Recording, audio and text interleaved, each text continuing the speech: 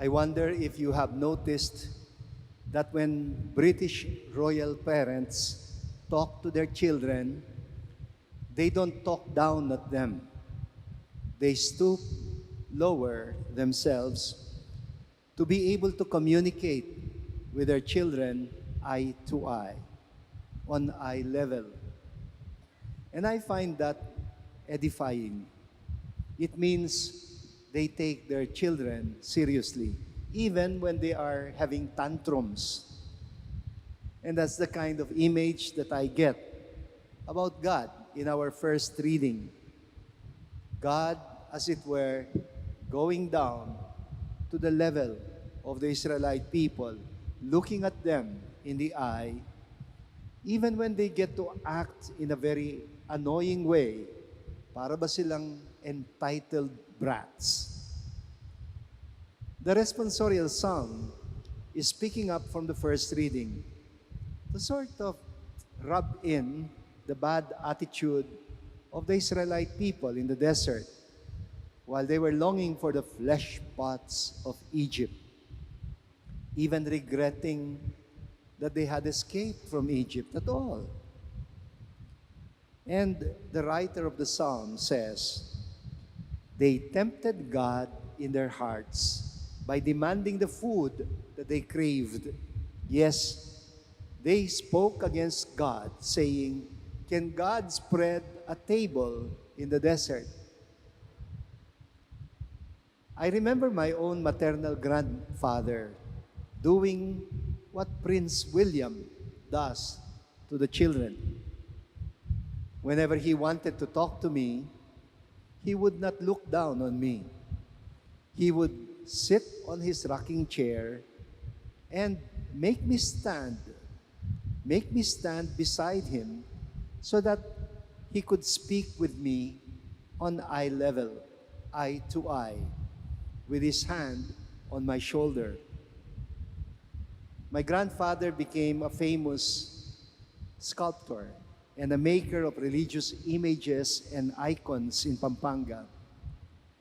And he told his stories complete with visual illustrations, the kind that children will never forget.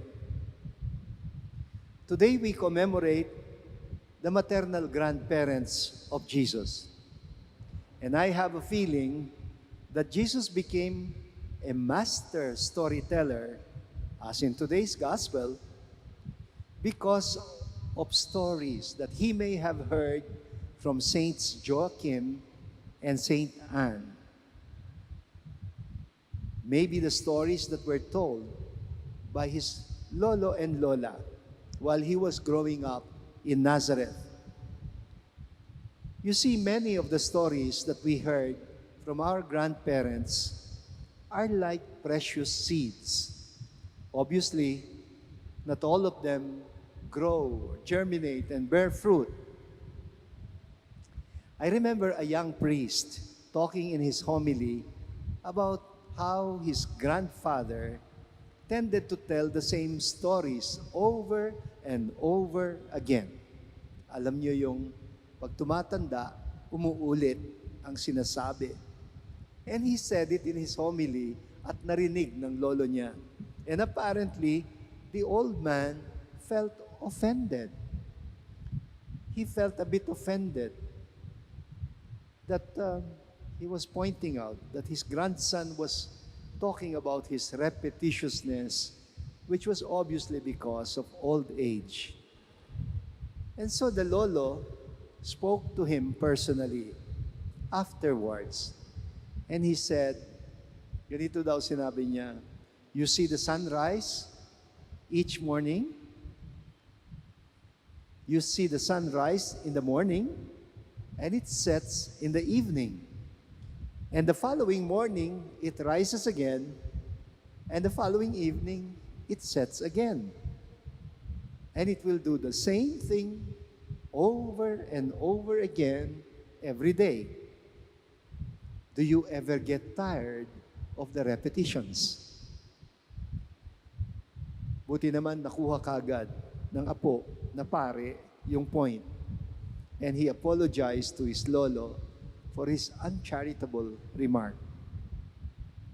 You know, I grew up on stories that stirred up my imagination.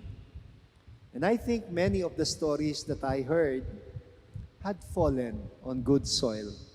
Look, now I even belong to a group that we call the Storytellers Society Incorporated. And we continue to publish books that contain life-changing stories. Jesus met his first disciples by the lake shore, sa tabing dagat, sa tabing lawa, seated on a boat and telling people stories.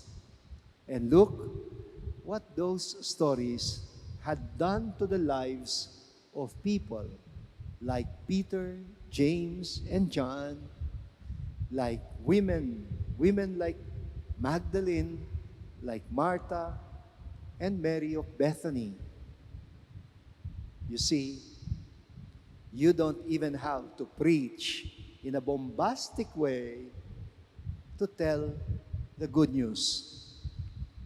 Jesus, well, did it by storytelling. Just tell a good story and make sure you make them fall like good seeds on good soil, and then God will do the rest. He will make sure that these seeds will grow and bear fruit abundantly.